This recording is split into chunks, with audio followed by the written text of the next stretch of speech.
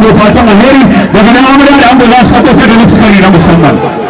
da Allah kowa ya ba mu guri kowa ya saba da Allah har da ku saba ga uban ango.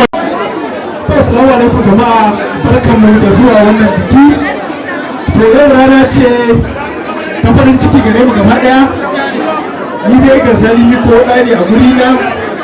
shi ne ɗa na farko da na aure da yaya da yawa, amma kuma shi ma yana da daga cikin yara wadda suna ƙanana har suka girma suna gargashi na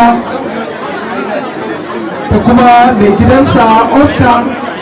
wadda shi kuma a harkar kusan zan ce shi ya matsa shi sosai, shi ya sa shi abubuwa ya daga shi ya nuna wa duniya ta karɓe shi. To muna yi wa jama'a barka da zuwa wannan bikin a daya, sannan kuma ango da amarya gare ku rayuwa ta aure kun dai ga yadda muka zauna da iyayenku mata kuma haka ba ita mace daga ranar kawo ya kai ango ya kamata ka san sarauniya ka kawo, saboda haka dole a bata wannan matsayin na sarauniya. Ke kuma sarauniya daga lokacin da kika aure mutunki ya kamata ki san cewa sarki kika aura, dole ki bashi wannan girmamawar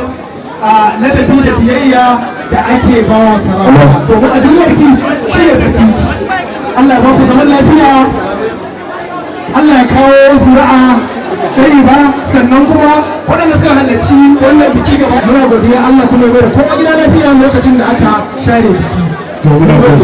A biya ne babban tafi da Allah sarki bai saba a ango dan sago aha kan Allah a yanzu